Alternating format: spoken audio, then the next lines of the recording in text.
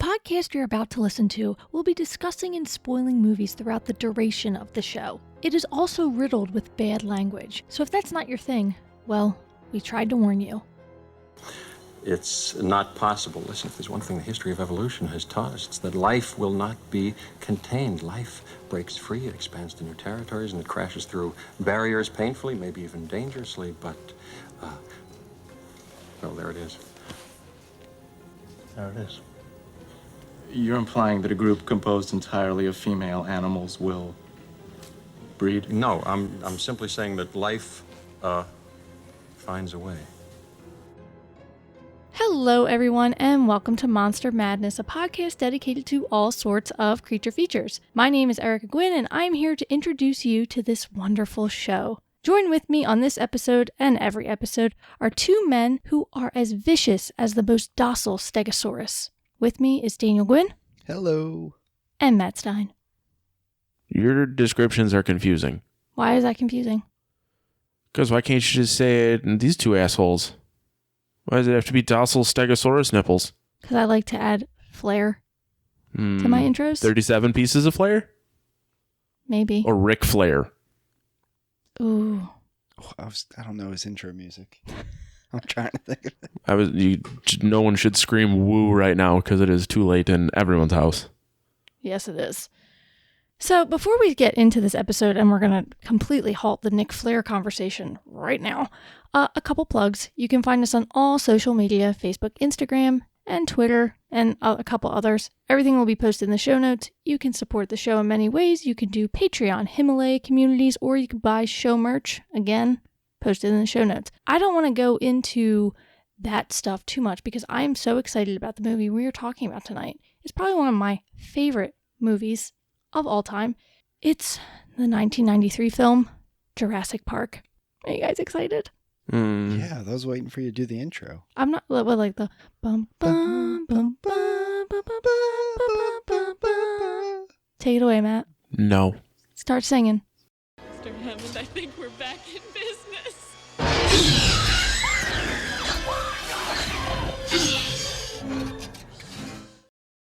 All right, so this movie was written, and I think we argued this the last time we spoke about this. Book. What?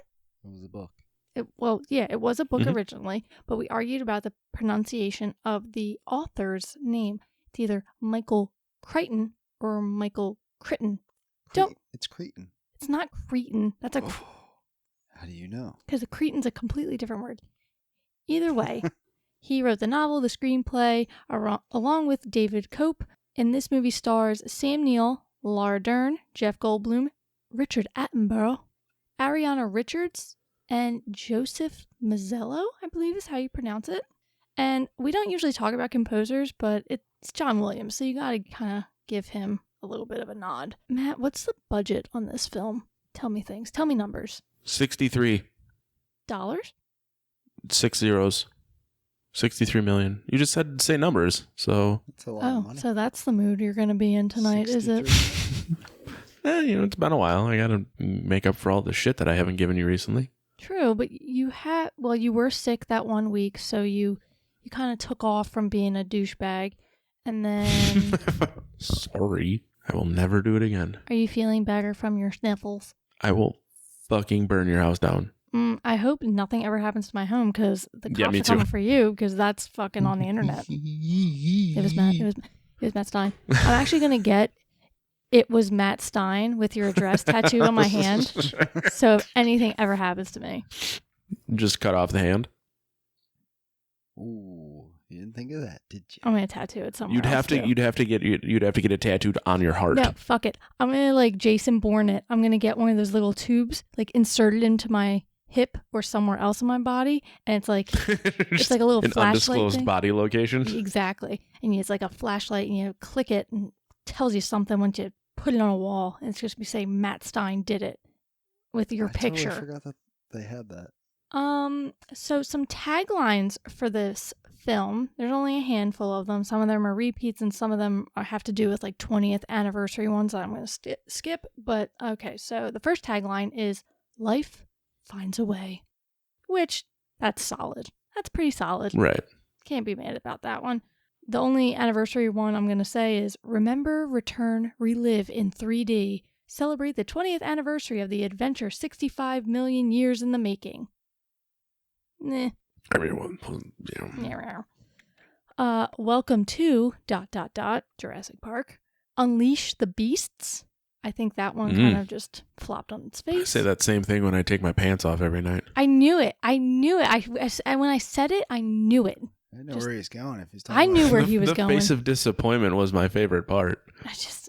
Well, you did say beasts, plural. So your next question should have been, you have 2 dicks? And then I say yes. It would not shock me if you had like a hydra down there. Jesus Christ. Oh, boy. You cut one off, 3 more sprout out.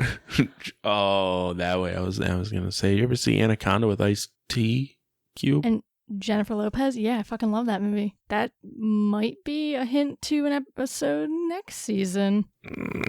Yeah, you're making you fucking watch that movie. That's fine. I saw it. I haven't seen it probably since it came out. It's amazing. The next one is Caution! ! Alive Inside, which I'm pretty sure it sounds like The Walking Dead a little bit to me. Like Caution, Dead Inside type deal. An adventure 65 million years in the making. And finally, the most phenomenal discovery of our time becomes the greatest adventure of all time. That's a little long. That was a little wordy. I wasn't a fan of that one. So, are you guys excited? I mean, I can't really tell you how much I love this movie.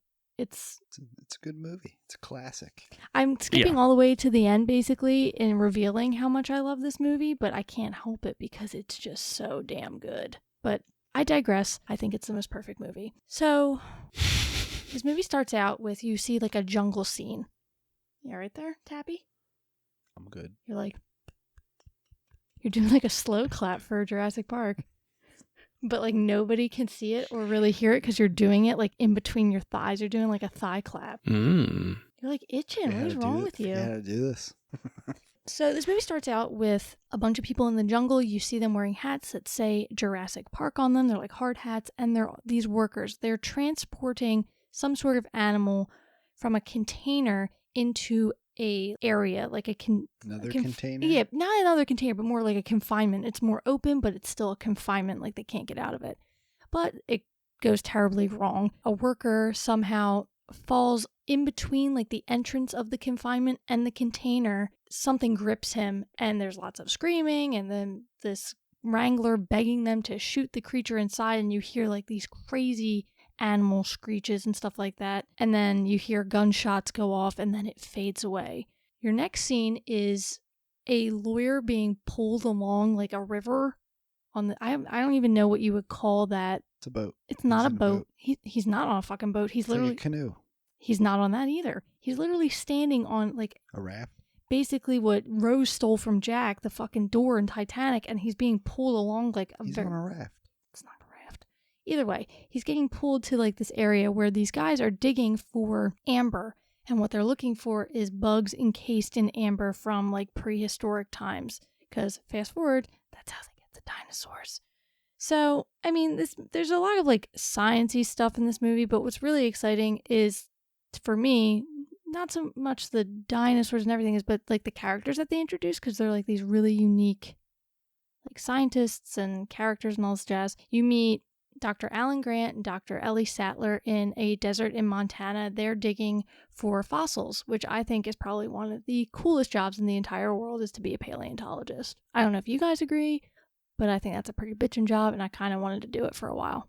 Anybody else? I thought it was cool, but it's very slow the way that they do it. Never once wanted to be a paleontologist. What is one dream job that you wanted that was kind of out of reach? I wouldn't say out of reach, because nothing's out of reach. I could think of one that's out of reach that I thought about. Porn star. Oh my god. I mean, even I think the world has proven that anybody can like hit record and like start gyrating. Well, I mean, at this point, anyone can be a porn star, but back when I was young. What would your porn name be?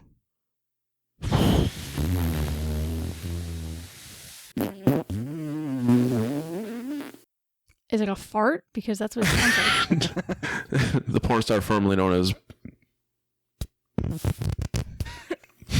It's the first street you Bone Storm. Isn't it your... Fuck that. No, it's like, isn't it your... the street you lived on and your, like, first animal's name? So if it's the first street I ever lived on, I would 13th Street, and the first dog I ever had was named Gypsy, so I'd be 13th Gypsy. I think it's actually the other way around. Gypsy, yeah. It'd be Gypsy 13th. Gypsy hat and everything. I like it, Gypsy 13. I want to get you a shirt with that on it. I have like... I'll give you your fortune. My poor name, literally, I sound like I should be like a part of a blues like troupe, not even in porn. Miles Scattergood. Oh, hello, Miles. Wait, your first animal's name was Scattergood? No, the other way. Oh, no, never mind. Sorry. That's a fucking weird street name, too. No, it's your first animal. He had it right. Your first animal and your street. So what? Yeah, because street could be numbers. So I guess that's why they did it that way. I don't know. I'm just making stuff up. Leave me alone. What would yours be, Daniel? My first, it's the animal and then the street. Yeah. Holly Atlantic. Ooh, that sounds fancy. Not really that fancy. That was better than Miles Scattergood. Yeah, I don't think you're doing it. It sounds like you could be a scientist with that name. True. Wait, what did you say, Daniel? I think there's more to the name. No, it's literally your first pet and the street you grew up on, like your first street. He's gonna look it up. How do you find your porn name? There's a lot of porn name generators. 3 ways. Take your middle name and the name of your first pet. Substitute your first pet's name with the name of the street you grew up on. Or first pet's name and the street you grew up on. So it could be your middle name and your pet's name and the street you grew up on. Or what? Substitute your first pet's name with the street you grew up on. Or it'd be your middle name and the street you grew up on, or your first pet name and the street you grew up on. Lynn Scattergood. That doesn't sound any better. That makes me sound kind of dirty, actually, I think. Yeah, like you're into poo videos. Yeah, scat. Come on now. Yeah, see? I don't like how this conversation's going, guys. Yeah.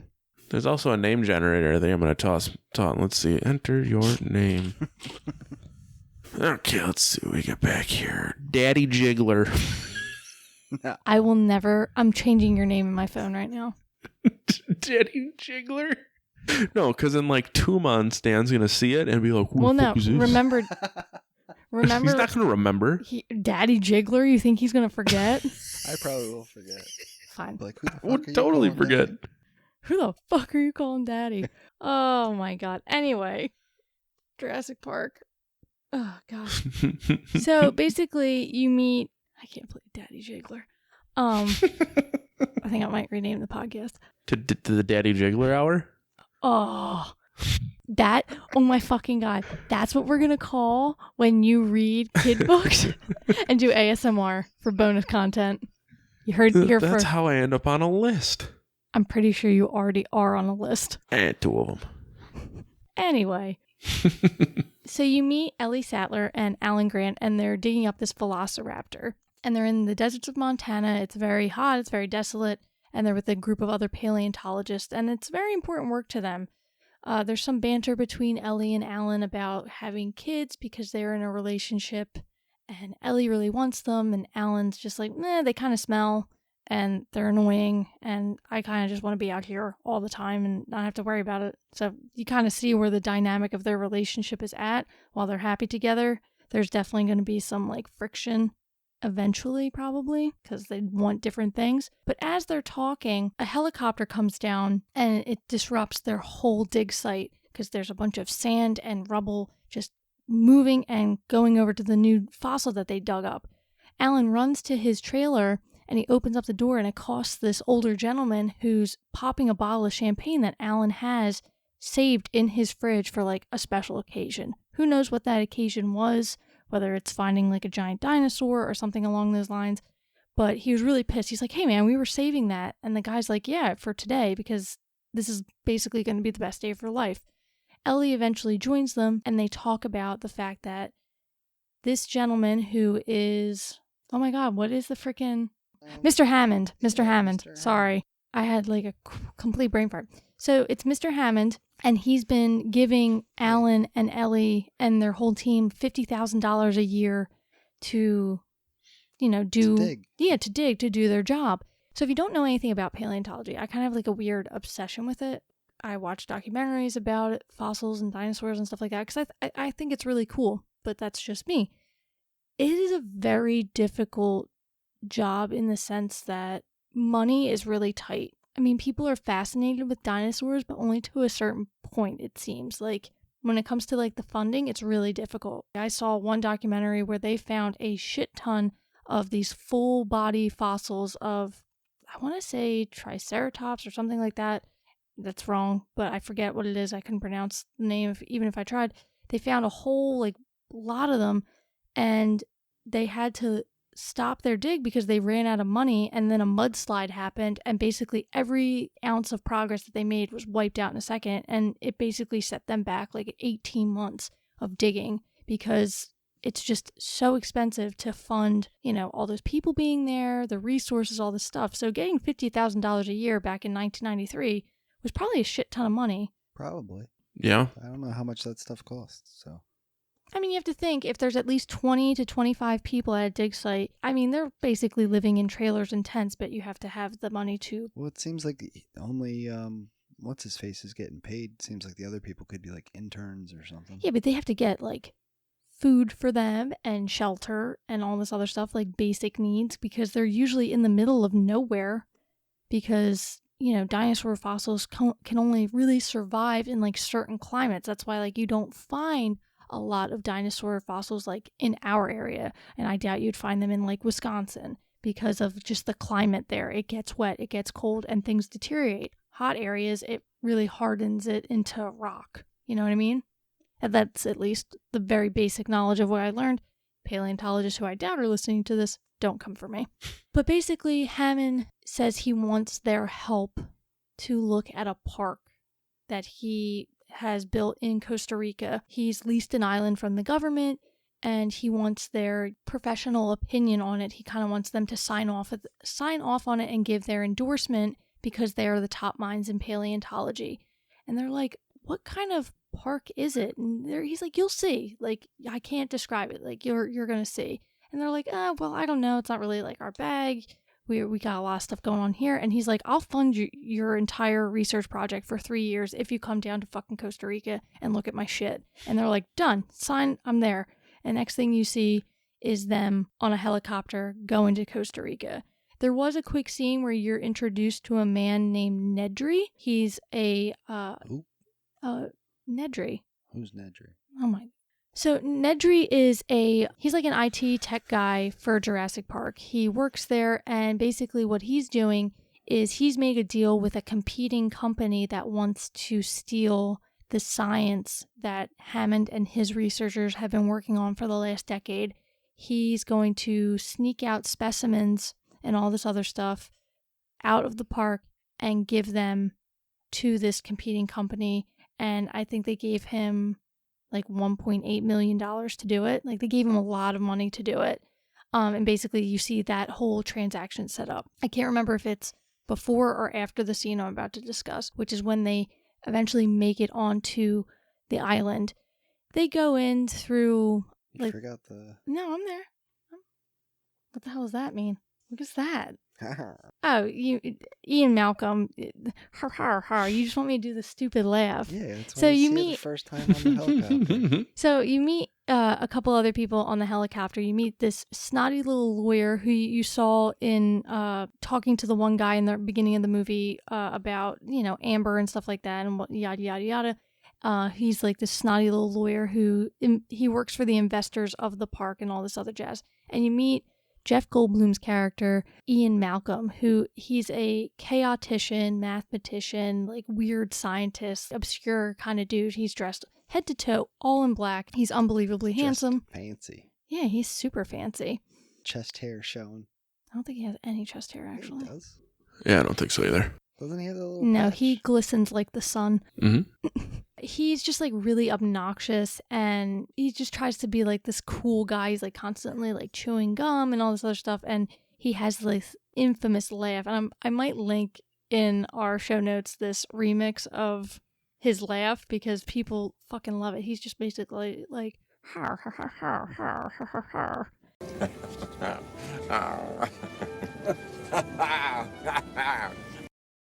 And it's just like this thing that cracks Dan up so much.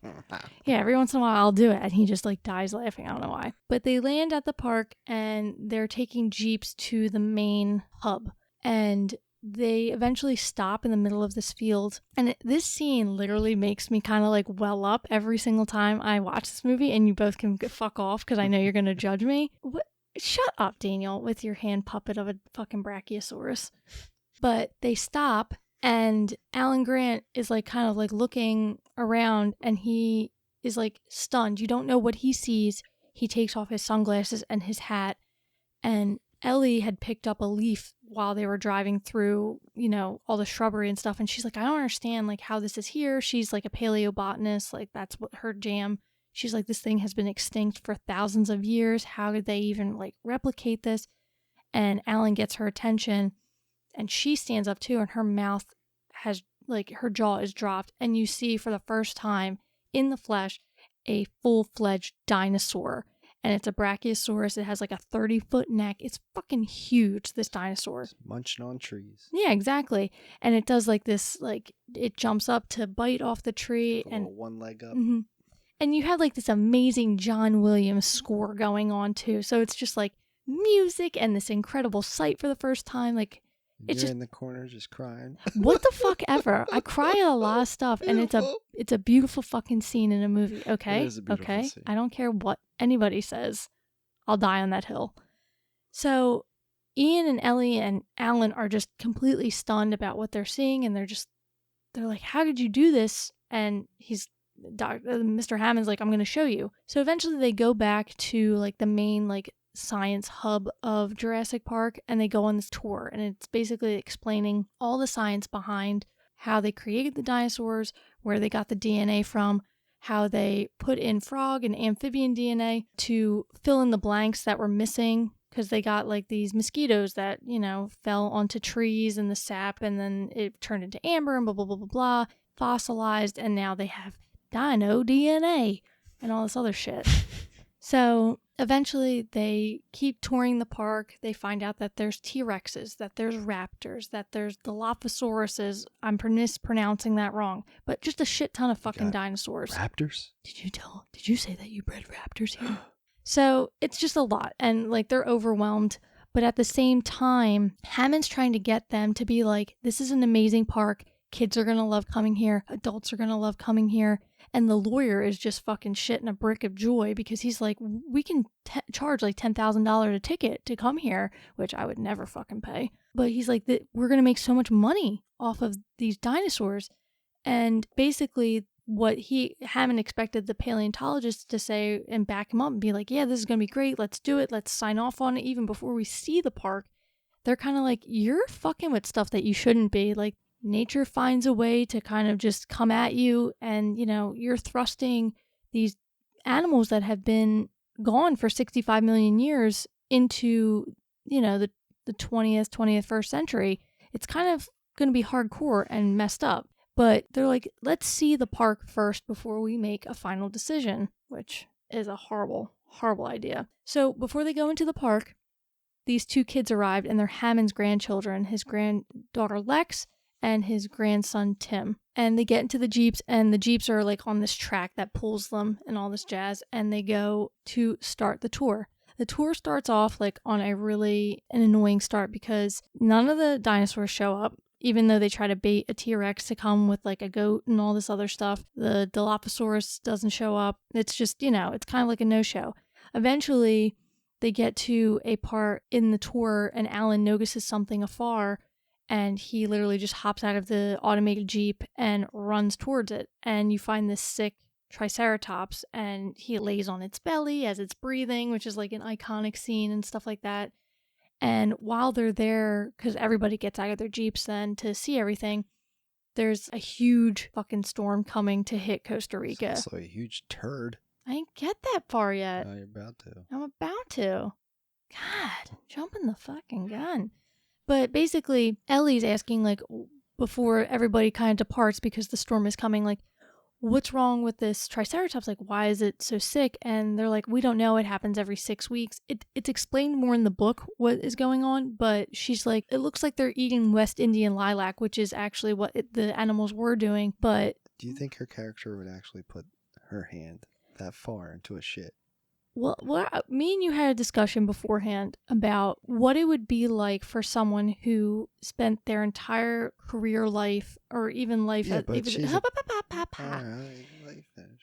spent their entire life studying things that they will never actually see for themselves and like touch. I think she would probably cannonball into that pile of shit. Because she'd be so happy. Probably. I still wouldn't touch the shit. Because you are a carpenter. You have no interest in things that aren't here right now. You can just build them yourself. You know what I mean? Yeah, but I'm a carpenter, but that's like if I saw like some, I don't know, extinct tree and there's like a decaying one, I'm not going to be like, oh, let's look at the... I'm like, hey guys, you're doing a great job here. Build another one. I think it's a little bit different when you look at it from that standpoint of literally these people will never... be able to touch or see or smell or do anything, what they've spent their entire lives studying. So it's kind of like one of those things, like I think she had literally no hesitation whatsoever touching that shit. But then there's the infamous line of Ian Malcolm's walking up to the giant pile of shit, and he literally just says, "That is one big pile of shit." Let's all go to the lobby. Let's all go to the lobby. Let's all go to the lobby to get ourselves a treat. And it's just like this iconic line that everybody loves that Jeff Goldblum says. And you see Ellie like literally elbow deep with gloves on in shit trying to find traces of the West Indian lilac, which would make the animals sick. Now in the book, they do explain that the animals were eating the West Indian lilac, but they were regurgitating it, so that's why it wasn't in the stool. But so they're just like chewing on it and spitting it out. They were chewing on it because their digestive system couldn't handle some of the rocks and stuff that they were eating. It would like form this kind of bezoar in their stomach.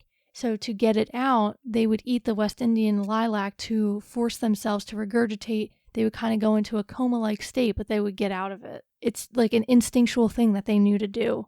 That's what it said in the book, if I'm remembering correctly. It's been a long time since I read the book, but I digress. Eventually, everybody leaves except Ellie. She stays with the one park ranger who's working with the Triceratops and like checking them out. Everybody else gets back in the cars and heads back towards the hub because the storm is going to cut the tour short. It's going to be a really bad storm. Now, during all of this, Nedry is arguing with Hammond about financial things, and you're kind of getting a better insight about the fact as why he made this deal to steal dino DNA from Jurassic Park to give to other people, because he seems to have like a lot of financial issues. So he's arguing with Hammond, and he's talking about how he has to, run this program, and that sometimes during this run, some of the systems and the security gates might turn on and off, but it's not something that they should worry about. The power will come back on. It's just I have to debug some systems. He sets his timer. He hits the go on his whatever, because he's shutting off the cameras so he can go and steal stuff. And he runs and steals a bunch of shit, and then he steals a Jeep, and he's trying to make his way to this like ferry to get off the island to give these guys the DNA, and so he can get, the second half of his money. But spoiler alert, Nedry, or aka Newman from Seinfeld, never makes it. He gets attacked by a dinosaur in his travels, and as I'm assuming you've seen the movie, I don't really need to go into too much detail about that whole thing. So my favorite part of the movie coming up is while they're on their way back on the tour and it's like downpouring and Nedry has set his, plan, he set it into motion. The T-Rex gates, their electric fences have gone down and the cars stop moving, and they stop moving right in front of the T-Rex. Now that goat that they tried to bait him with is still out there, and it's bad away in the downpour, and they're kind of just sitting ducks basically. And all of a sudden you hear like this infamous like boom, boom, and you see this cup of water that's on top of the dashboard, and it's just a rippling because it's like there's an impact tremor. and something big is coming. And in film, this is probably one of the coolest things I have ever seen, because like you have this T-Rex, you see this hand touching the gate and pulling at it, and it's testing to see if it's electrified still, because it's an animal. It doesn't want to be confined to anything. It wants to get the fuck out. So it's going to constantly test to see if it can break this barrier, because T-Rexes are pretty big. Even though this film has a lot of like inaccuracies about probably... Do you think it would make the ground shake? If it walked? Yeah, for sure. I think so. Because they had to be a couple tons. You know what I mean? Maybe. I mean, it depends how close you are to it. I mean, they're pretty fucking close in the scene. Eventually, you see that the T-Rex has eaten the goat, and a goat leg falls on top of one of the Jeeps, and there's a bunch of screaming. They're all freaking out because they're like, there's a fucking T-Rex right there. Like, and this gate does not look like it's secure. My boy busts through that electrified fence, and he does his infamous, like, T-Rex screech, which is probably one of the coolest sounds ever. Yes? No? Maybe so? Yeah, it's a very... I thought he You does... two are so blasé right now. He does the screech. Well, you skipped a bunch of stuff. Well, how much detail do you really need? Well, you Dinosaurs attack. You skipped... We got what's his face here? Dotson? Oh, who gives a shit about who? We got Dotson here. Nobody cares. Literally. Boom. There. It's in now. Keeping that in. And then he does the scream when he's about to eat the guy. Well, he does the scream a lot because he's an animal. Though I was really disappointed to find out that the sounds that they used are probably not even close to what they sounded like. What do you think they sounded like? They said that they probably... Come on. They said that they probably sounded like a lot less intimidating than this movie. So? That's what they said. Like, scientists are saying, like, they don't think it... Either way. They also, T-Rexes could see perfectly fine. If you stood still, yeah, they could still fucking see you. Do you think they were nearsighted or something? No, yeah, they said that T-Rex, they probably were just scavengers. That's how they survived. Did they have feathers too? I don't know about that. I know that the whole velociraptors, they believe that they had some sort of feathering of sorts, but that's, a conversation for a different day. So basically, T-Rex boy breaks out. He wreaks havoc. He's busting up Jeeps. He's attacking. He's trying to eat people inside because Lex, turns on a flashlight and it draws its attention. And it's just this giant ass creature just going for it. And you have the lawyer in the one car, and he fucking books it away and tries to hide in the bathroom. But that does not work out well for him in the end because T-Rex boy eats him big time. Ian and Alan are still in their Jeep watching the kids get attacked. The T-Rex is basically just like whacking the Jeep with its nose and just trying to... It's trying to get them out. I don't even think even that. It's just like it doesn't know what a Jeep is. It's just assuming that this hard thing is probably something that it can eat. And don't you think it would have seen what's going on since it's been in the cage and be like, okay, that's that same damn thing that's comes every so often. Yeah, but it's seeing that it's moving. It's assuming that it's it's alive. Oh, it thinks it. Okay. That you have to kind of think at the level of an animal. It probably thinks it's alive, and you know what? Kill or be killed in the fucking prehistoric times.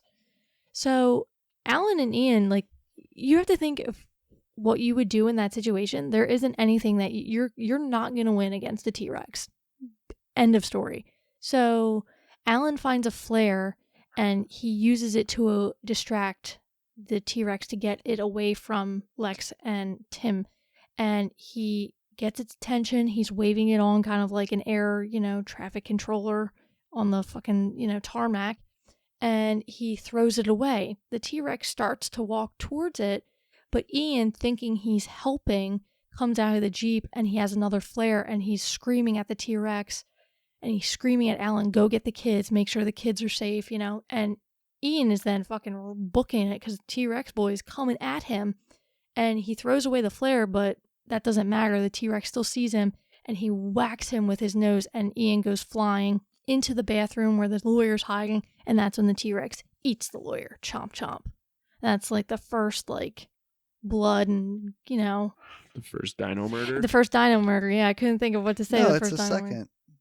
Because the other guy already got killed from that one. I like that thing. The Dilophosaurus. Is that what it's called? Yeah. I'm just going to make noises for stuff I don't know.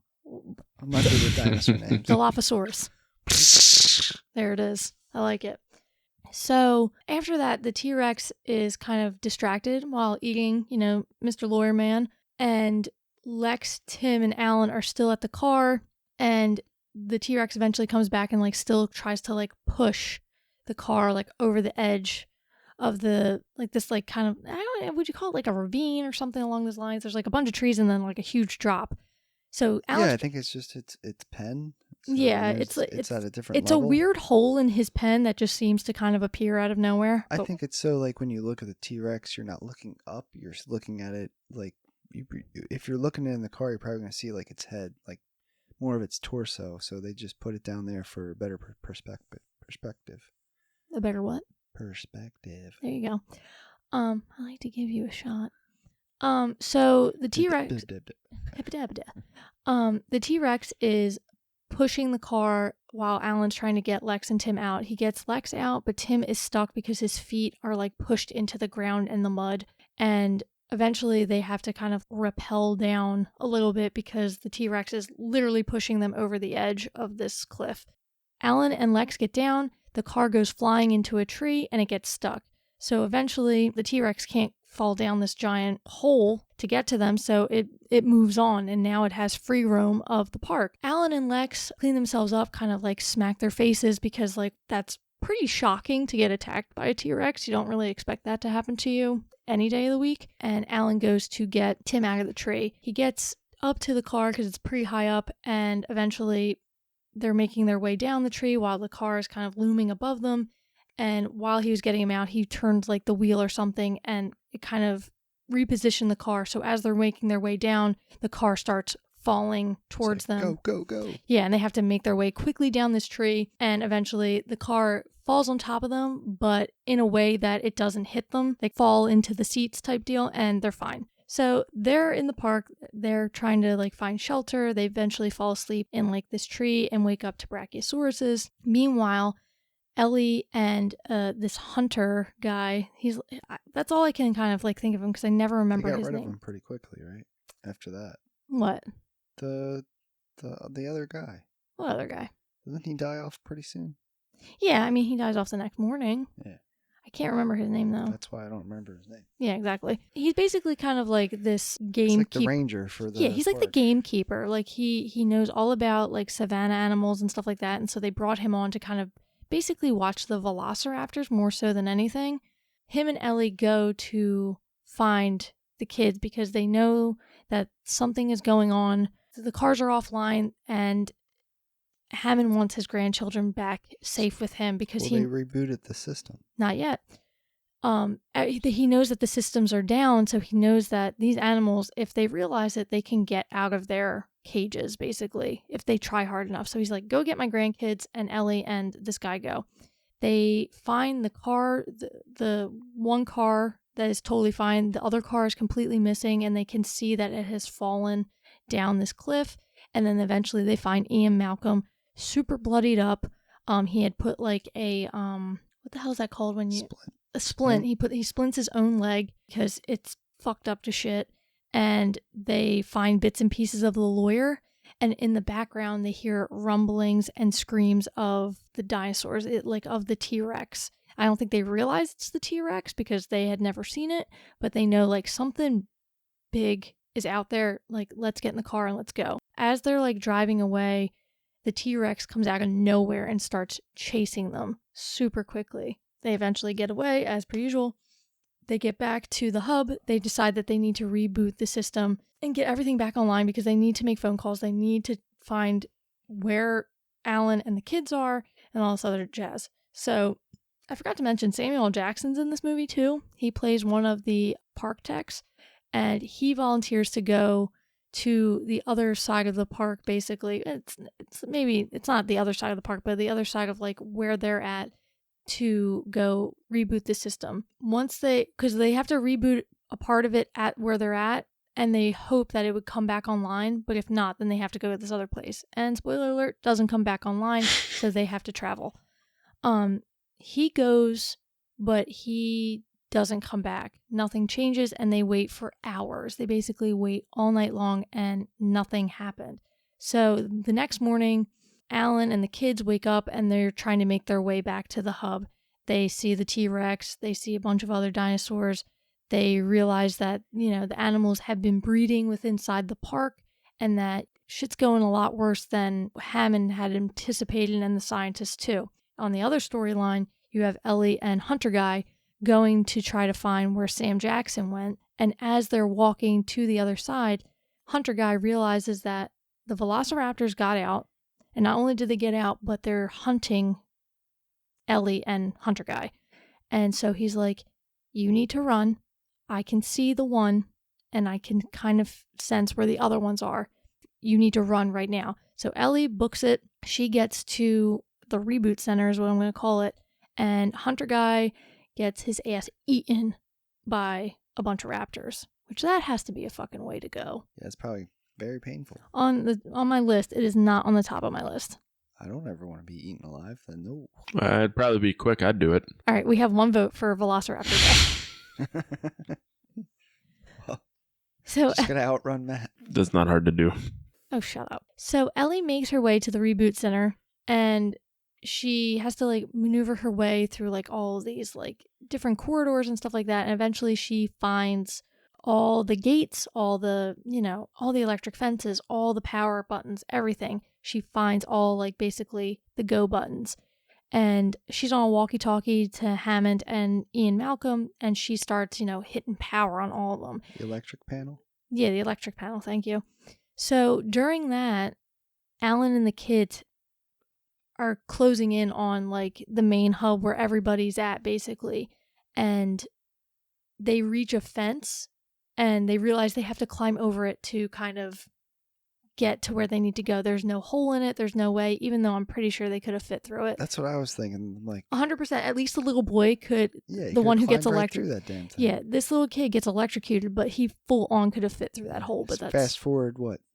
2 more movies. The kid actually goes through the fence at the other island. Does it? Oh yeah, he does. Yeah, you're right. I think that was Redemption. But so they have to climb the fence, and because they hear the, T-Rex behind them, so they decide to start climbing. And as they're climbing, the electric, current. Yeah, but they hear this alarm going off. This shit's about to be powered back on. It's basically a warning. You have only a few seconds, and this shit's going to electrocute you. Lex and Alan make it down. Tim still, he's kind of nervous and doesn't want to fall and all this other stuff.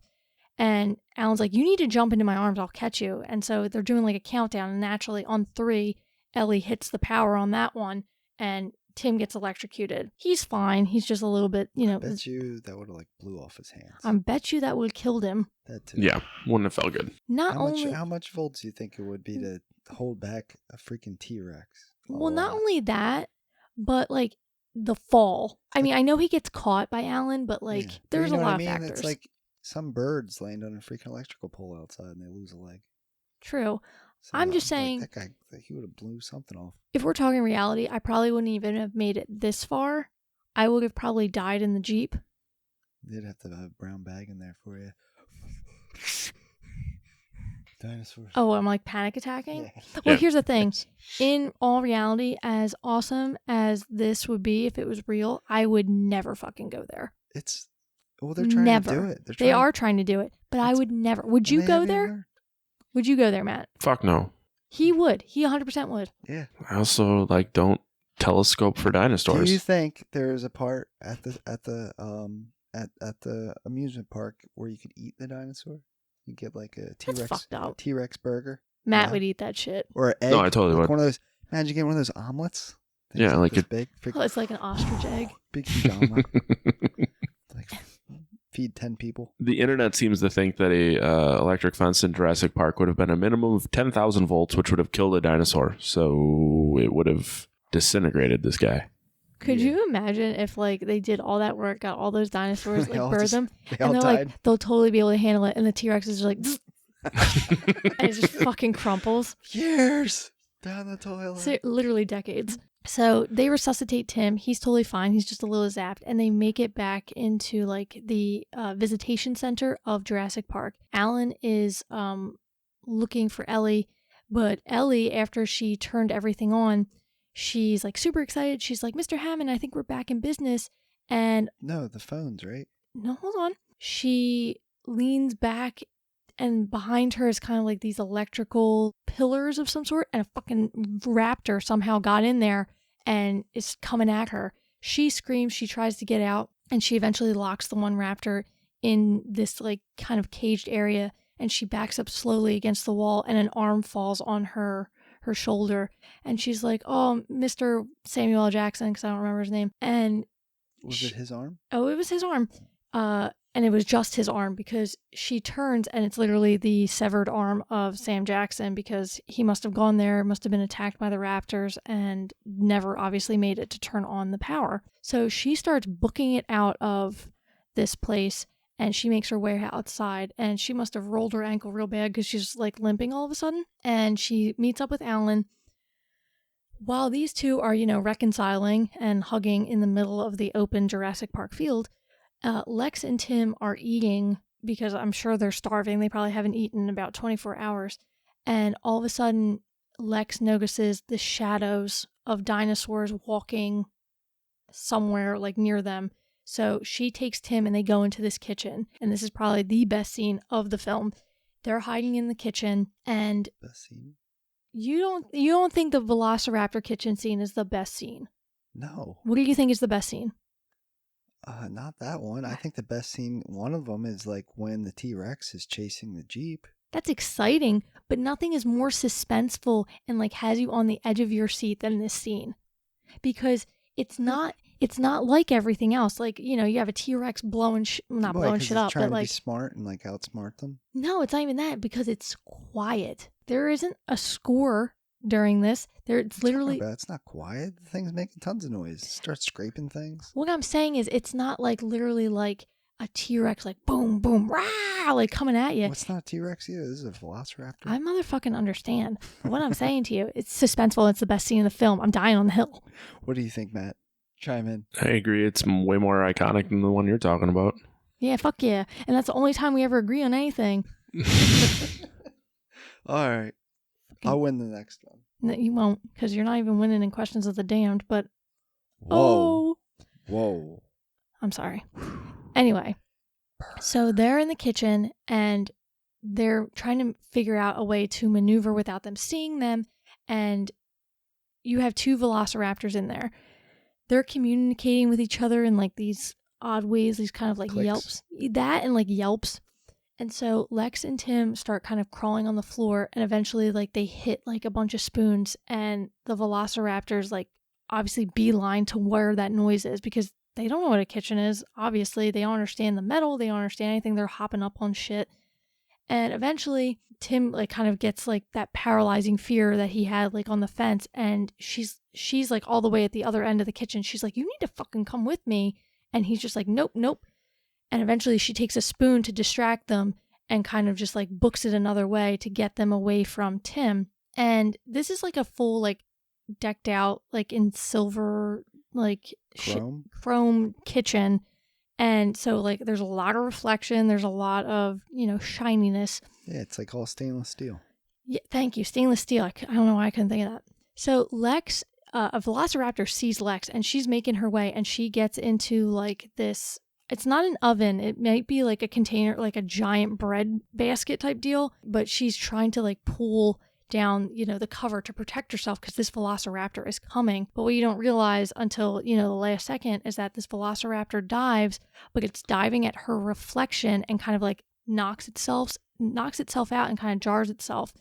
And eventually Tim tries to run for the freezer to get away from the other velociraptor. Velociraptor slips and slides on all the ice that's like kind of melting on the floor and still like kind of hardening at the same time. And Lex and him lock it in there, and that's one raptor down because it's not getting out of that freezer. But eventually the raptors like open the doors to get out in other fucking places because they're that smart. Eventually they all reunite in the visitor center, and they're trying to make their way to Hammond and Ian to get out. But while they're in the visitor center, Lex, who, they subtly mention throughout the whole film, is like this hacker. With Linux. I don't even know what that is, to be honest with you. It's like different between Matt will tell us. He's got the skills. Matt, do you know what Linux is? Yeah. I don't know. Yeah, but what he was working on in the movie is really just command line. It's not necessarily in Linux. Yeah, so command line. You didn't say that. Just like text is just a command line. She says it's a Unix system. Don't even. Oh, I thought she said it was a Linux. Unix and Linux are pretty much the same. Unix is still different than Linux. So eventually Lex is trying to put everything back online, like the phones and all this other shit. Little boxes. Oh, yeah. I didn't really understand that because I wasn't. I found it. Is that what it looked like, though?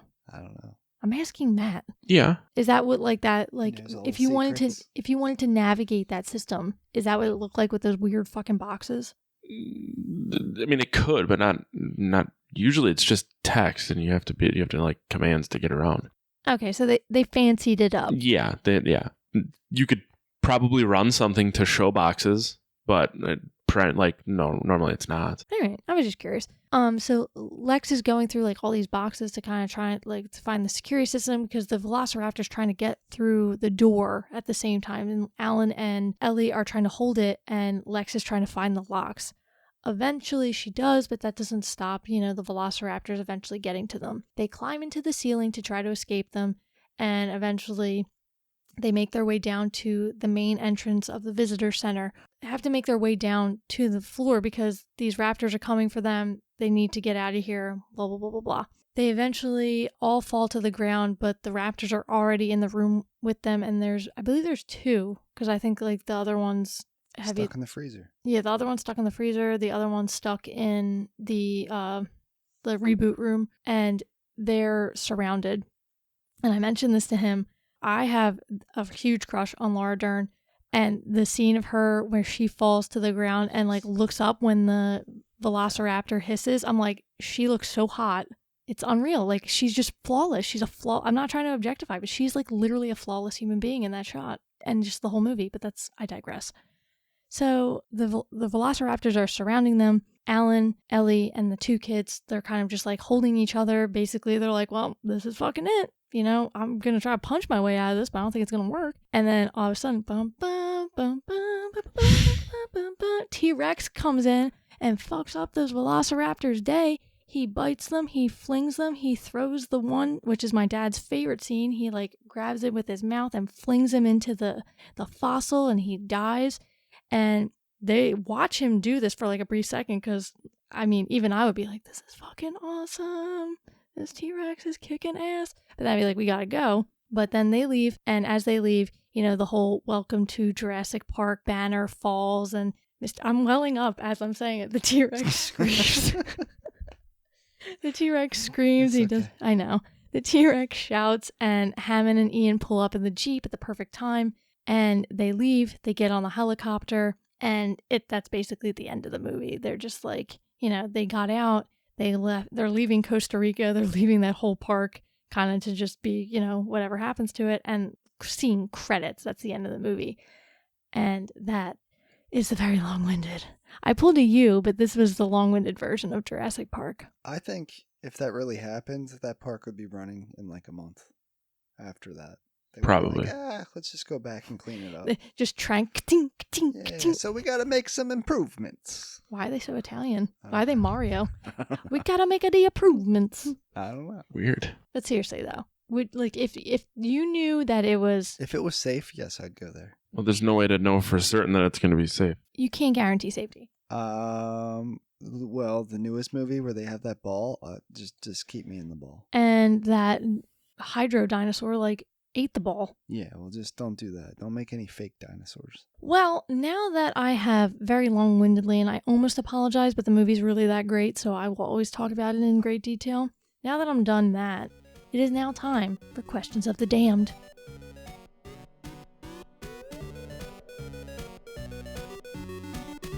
Okay, guys. Now, if you recall, Matt's killing it this season. He's up 3-1 to Dan. But I did win. Dan won last time. So, because of that, I'll let Matt go first because he was the loser last week. He's chugging a beer right now. hoping and praying for his win. It's Mountain Dew not Zero. you. Joking. It was a joke. Dumb bastard. Trying to keep with your aesthetic. All right, Matthew, are you ready? I guess so. All right. The T-Rex's roar was a combo of a few animals. Which animals did they use? A dog, penguin, tiger, alligator, and elephant? A wolf, lion, elephant, and bear? Or a bear, elephant, dog, and whale? The first one. I looked it up before when we were talking about the sound that it made. You son of a bitch. Cheater. Unintentional cheater. Because I was even going to bring it up and then you just moved on past it. I'm sorry. Well, I do have a bonus question, so Didn't bring it up. Cheater. We're gonna negate that one. What? Okay, no, fine. You can get it. You can have it. Yeah. So 1 for Matt. All right, Daniel, are you ready? How much did Universal Pictures pay Michael Crichton for the rights to his novel before he even published it? $500,000, $2 million, $5 million. Because they bought the rights for See, this. if like anybody offered me any of that for any shit that I wrote, I'd be like, yes. Just, I can be bought. you take $5. So it's 500, 200, 2 million, and 5 million? Is Yep, that 500,000, 2 million, 5 million. Well, I want to go with some statistic stuff here, and the first one was the first answer, so that's not going to be the first. I don't do So that I'm gonna anymore go since Matt with- called me out on it. Sure. Keep telling yourself that. I'm gonna go with like what was the budget, Matt? 69 million. Right? 63 million. So they had some good. They had money. They had money. Yeah. And does this money go towards all the other movies too? Or is just No, this is divided literally the rights to his novel, so they to can all the. Did he just have just one novel? this novel. No, he had other novels, but just this novel. I'd probably go 2 million then. Look at you guys, tied it up. All right, Matthew. Mm-hmm. Who was offered the role of Dr. Alan Grant originally? Harrison Ford, Kurt Russell, or Tommy Lee Jones? I want to say it was Harrison Ford. Is that your final answer? Yeah. Ooh, guys. Getting a little nervous. 2-1. All right, Daniel. I don't think you're going to get this. Son of a bitch. It's unintentional. What director wanted to buy the rights to this film but was beaten to the punch by Spielberg by a few hours? Quentin Tarantino, Michael Bay, or James Cameron? Now, Quentin Tarantino did something like Pulp Fiction. Michael Bay did the Transformer movies. James Cameron did Titanic. Because I know you have no idea who those guys are. You're welcome. See, I'm trying to help you a little bit. I'm gonna go with Titanic guy. Oh my fucking Titanic. God. You should lose half a point for calling him Titanic guy. Yeah, but I knew who he meant. Fuck. No, I know. So did I. You guys are tied right now. You guys are tied. All right. Matthew. Mm-hmm. Which main character was never made into an action figure by Kenner Toys? And this actually super pissed off this person. Malcolm, Lex, or Nedry? Lex.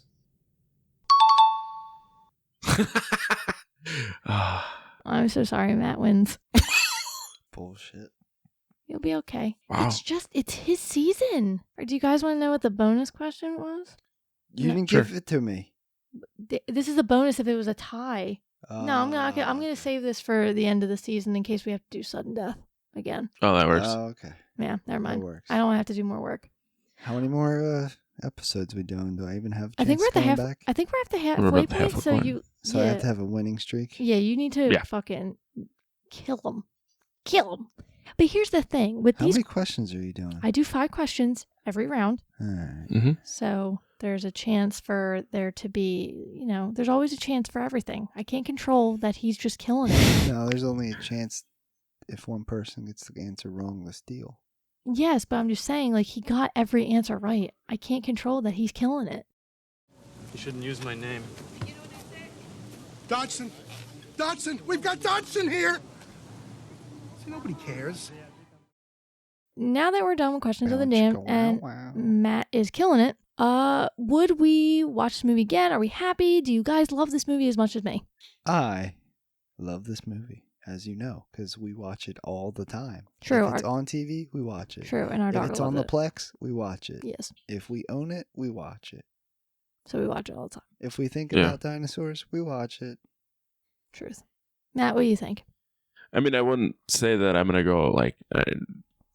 I don't dislike this movie. I like it, but I don't like it nearly as much as you guys do. So I really don't. I only watch it once in a while. But it's a good-ass movie. So with that brings us to the end of this episode of Monster Madness. As always, thank you so much for listening. I believe next time, Matt is taking the reins, and we are going to be covering a movie called The Mist from 2007. I don't think I've seen this. I haven't seen this in a while, so it'll be... No, I may have seen it. Yeah. Either way, next time will be 2007's The Mist, so if you want to watch it before we do the episode, please do so. So, thank you so much for listening, and we'll see you guys later. Thanks again. Bye.